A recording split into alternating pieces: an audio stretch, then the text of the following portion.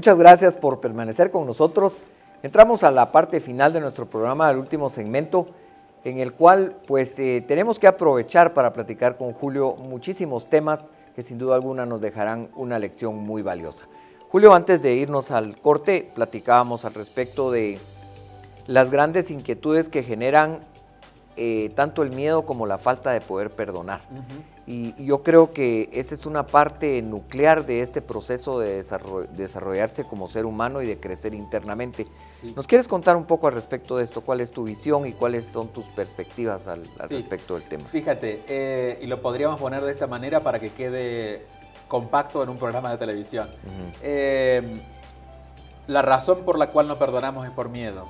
¿Qué es el miedo? El miedo es sostener fantasías. Y cuando me enojo, que es cuando necesito perdonar, cuando quiero que tú seas como yo quiero verte, por miedo. Porque si tú eres más libre de lo que yo puedo tolerar, que es el miedo a que me abandones, por ejemplo, el perdón tiene que ver con liberar ese miedo, no tiene que ver contigo. Tiene que ver con liberar el pensamiento en error que yo tengo acerca de ti. Entonces lo que genera la falta de perdón es querer sostener el miedo. E insisto, el miedo es un proceso de elaboración absolutamente mental en el cual tenemos fantasías generalmente negativas acerca de algo que no ha ocurrido. Ese es el miedo, es una especulación acerca de algo que no es real. Ahora, cuando hay eventos en los que, por ejemplo, a mí mis papás me olvidaron de niño en una estación de tren o en una estación de buses y yo debí quedarme solo, nunca me atreví a pedir auxilio y me pasé 2 horas esperando a que mis papás regresaran, ese miedo que se queda impreso en nuestro subconsciente y que nos hace proseguir a lo largo de la vida con un temor a que eso nos vuelva a pasar y muchas veces en el 99% de los casos sin entender por qué nos pasa esto. Bueno, el por qué es lo que a veces no nos permite perdonar. Hay cosas, a ver, la vida es un misterio. Y tratar de entender los misterios es perder el tiempo, literalmente, porque por eso se llama misterio. Por supuesto. Entonces, a veces las razones que el ego trata de sostener para no perdonar es primero entenderlo. El amor, el acto de amor de perdonar necesita entendimiento, necesita aceptación, que es renunciar al entendimiento. Y por eso es que es tan difícil, Julio, porque... Claro, porque somos seres mentales. Somos seres mentales y tenemos muy presente todo cuanto ha significado en sufrimiento, en lágrimas, en penas. Bueno, tenemos elaborado un sistema que podría ser un diseño de una computadora muy moderna. Todo basado, el software se llama miedo. Entonces, lo inmediato que nos sale, el primer pensamiento, viene del miedo, porque hemos, como cultura, crecido, elaborado, creado instituciones en base al miedo. Fíjate que las escuelas que nacen para educarse terminan siendo una institución en la cual uno va a estudiar lo que a veces no quiere por miedo a no triunfar en la vida. Los hospitales son lugares donde llegamos por miedo a morirnos. Es decir, las instituciones del miedo están por todos lados, entonces es obvio que sintamos miedo. Por eso es una decisión personal que tenemos que tener en cuenta que es personal, no esperar a que nada cambie, no esperar a que las cosas cambien, simplemente decidir soltar ese pensamiento especulativo acerca de lo que pasó. Tú mencionabas el caso del niño en la estación de trenes. Que los padres no lleguen no significa que el niño tenga miedo. Pero claro, el niño está en una sociedad de miedo. Y lo primero que siente es miedo. Claro. Pero cuando el niño va tomando conciencia, tiene la posibilidad de reelaborar lo que percibió en aquel momento. Y ese es el gran acto de evolución que puede esa persona hacer. Y es darse cuenta que quizás no sabe por qué los padres no llegaron. O quizás sabe por qué no llegaron. Porque lo querían dejar que alguien lo llevara.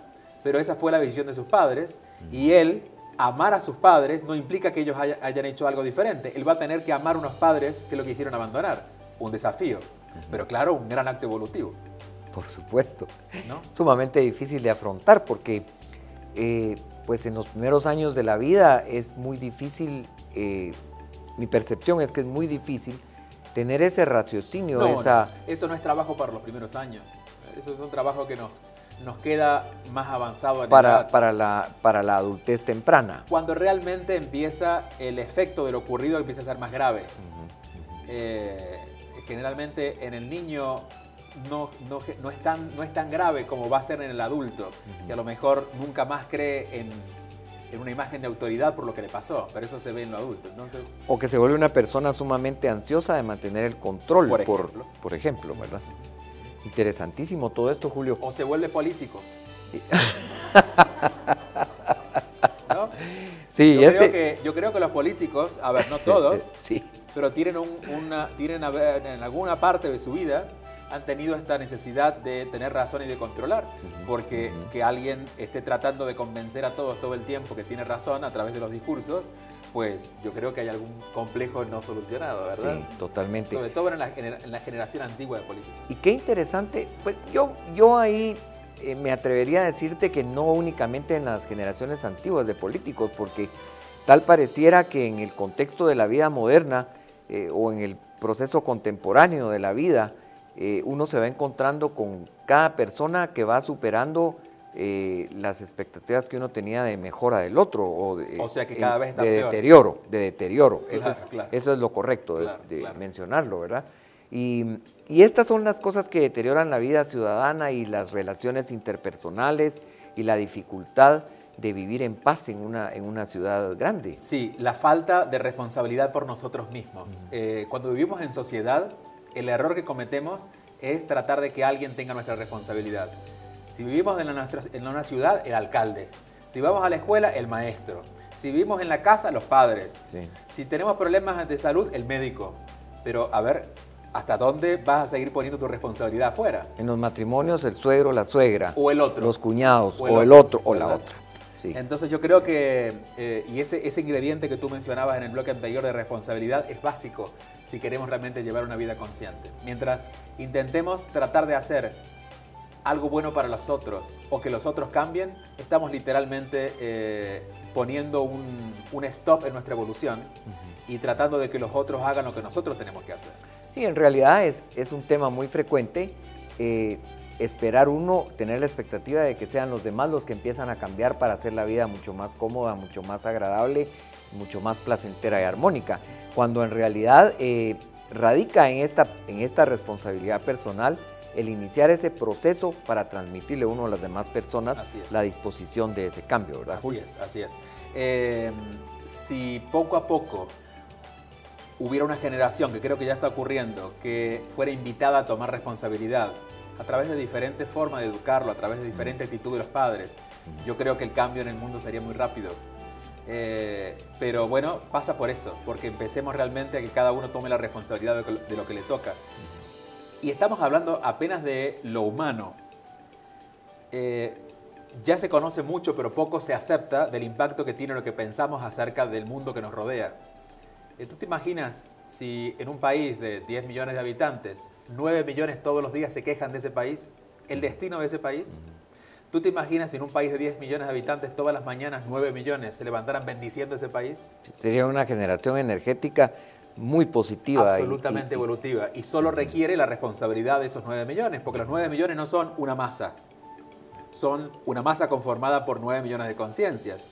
Y cuando una de esas conciencias comienza a cambiar la percepción acerca de ese país, esa luz comienza a moverse. O sea que la responsabilidad literalmente es individual. Y en este proceso de cambio, Julio, y porque nos estamos acercando al final del programa, me gustaría muchísimo que tú nos dejaras a la teleaudiencia, compartieras con nosotros algunas visiones más específicas de cómo cambiar para pensar distinto y vivir mejor. Bien,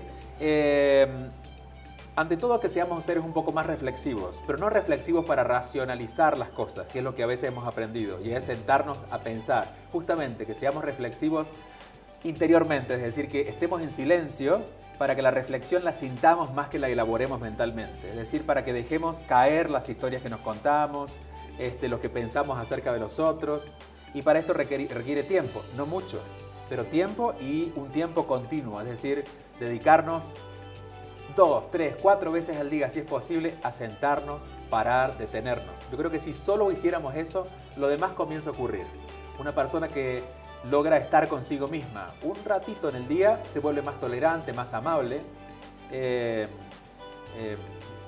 Nos pasa generalmente que cuando hemos escuchado una canción que nos gustó, el problema que teníamos ya no se ve tan grave.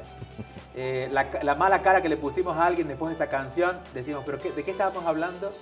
porque esa canción nos invitó a bajar, ¿no? A ir hacia adentro. Entonces, si una canción es lo que nos alcanza, pues usemos la canción. Si tenemos que hacer silencio, hagamos silencio, pero hagamos algo para detenernos. Si hacemos, insisto, solo eso, empezaremos a ver cambios reales. Muchas gracias, Julio.